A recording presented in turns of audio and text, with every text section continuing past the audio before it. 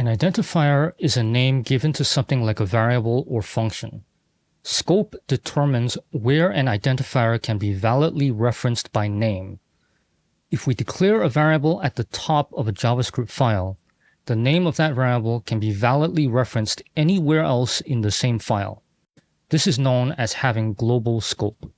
The let and const keywords do not always create global scope. They actually create something known as block scope, which makes the variables only possible to validly reference inside either the same code block in which they were declared or a code block that is a descendant of the one in which they were declared. The variable is only global if it is not declared inside of any code block. The first console log works because it is inside the same code block where favorite number was declared. The second console log causes the program to crash because favorite number is undeclared in that scope. The scope of the variable ends with the end of the code block, so a reference to it is no longer valid when the second console log executes. Using let instead of const produces the same result because they both declare variables with block scope. Moving the declaration before the code block causes both console logs to work because that gives the variable global scope. When nesting scopes, block scoped variables in outer scopes are possible to validly reference, but block scoped variables in inner scopes cannot be referenced. In this example, the console log of favorite number works because that variable was declared in an outer scope. If I uncomment the console log of lucky number, the program crashes. This is an attempt to access a variable declared in an inner scope. Note that replacing the console log of lucky number with another console log of favorite number works because the declaration and access of the variable are happening in the same scope. If the same identifier is valid in multiple scopes, the value of the one in the closest scope is used. This outputs 7 because the closest scope version of favorite number is the one in the same scope. If we expand this to an additional level of nesting and move that declaration one level higher than the console log, we still get the output of 7 because one level up is closer than 2 levels up. Commenting out the assignment of 7 to favorite number causes the console log to output 42. That becomes both the closest and only declaration of the variable. I have been using if statements to demonstrate scope, but it works the same way for all code blocks. For example, we can use functions instead.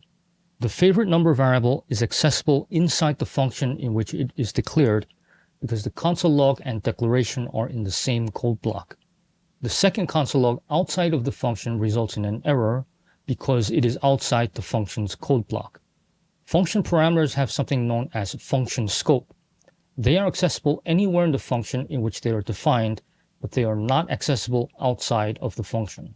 The first console log is inside the function, so it has access to the person parameter. The second console log is outside of the function, so it does not have access to the parameter. There is another way to declare variables besides using let or const, which I have avoided discussing until now. This is done using the var keyword, and it also has function scope just like function parameters do, but they can also be used outside of functions. They have global scope when used outside of functions. The same code that crashed when using const or let works fine when using var. This code is not inside a function, so favorite number has global scope. Observe what happens if the condition is false. That prevents initializing the variable to a value of 42. However, the variable's scope is global, so it is treated as if it exists and just wasn't assigned a value. As a result, the second console log outputs undefined. Changing the var to let or const causes a crash because the variable is completely inaccessible. The outcome is different when the var is used to declare a variable inside a function. It now has function scope and cannot be accessed outside of the function. Note that there's a difference between function scope and block scope. The first console log works in this code when using var, but it would fail when using let or const. That is because the variable is declared inside of a block, but accessed outside of the block in which it was declared. Block scope variables cannot be accessed this way, but it works with var because the access is happening in the same function, and a variable declared with var has function scope. Note that the second console log fails regardless of the choice between let const and var, because it attempts to access a variable from both outside the code block and outside the function in which it was declared. I have not mentioned var until now because it is mostly considered to be an obsolete technique. It's an old way of declaring variables that has caused much confusion and many bugs, which is why let and const were invented to replace it. I won't discuss right now why having function scope leads to more problems than having block scope. Just be aware of what var does so you can understand code that uses it when you encounter it, but you should not use var in any new projects. A regular variable cannot be used before it is declared. This code causes a crash, but it is possible to use a function before the function declaration. This code runs without any problem despite the fact that the function is called before it is declared. Function declarations are treated as if they were automatically moved to the top of the scope in which they are defined. This is known as function hoisting. Actually moving the function before the code that uses it produces no difference in outcome because hoisting treats the code as if the function was already moved to the top. One consequence of hoisting is that using a variable with the same name as a function in the same scope will cause the function to become inaccessible. This code produces an error stating that giveNumber is not a function.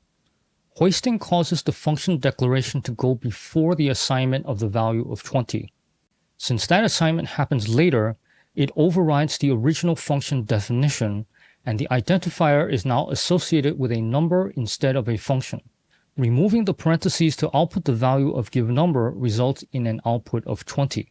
Note that this code will not run at all if let or const is used to declare giveNumber, because that results in a redeclaration. One of the quirks of var is that it allows redeclarations. Variables that are declared with var are also hoisted, but only the declaration and not the initialization gets hoisted. What this means is the variable is considered to be declared before its actual declaration statement is reached, but its value remains undefined until reaching the part of the code where that actual initialization occurs. In this example, the first console log outputs undefined and the second one outputs hello. Replacing the var with let or const results in a crash. An inexperienced programmer may think that this makes using var superior since the program doesn't crash, but the reality is the opposite. The failure to crash actually makes using var worse because it can cause bad code to remain undetected. When I introduced the topic of variables, I mentioned that it is possible to declare a variable without initializing it, but I did not explain why that might be useful. The reason to do that is to specify the scope in which you want the variable to be valid. We have already seen that declaring a variable inside of an if statement makes it inaccessible outside of the if statement's code block. But there are times when you may want to set a value to a variable conditionally and access that value later.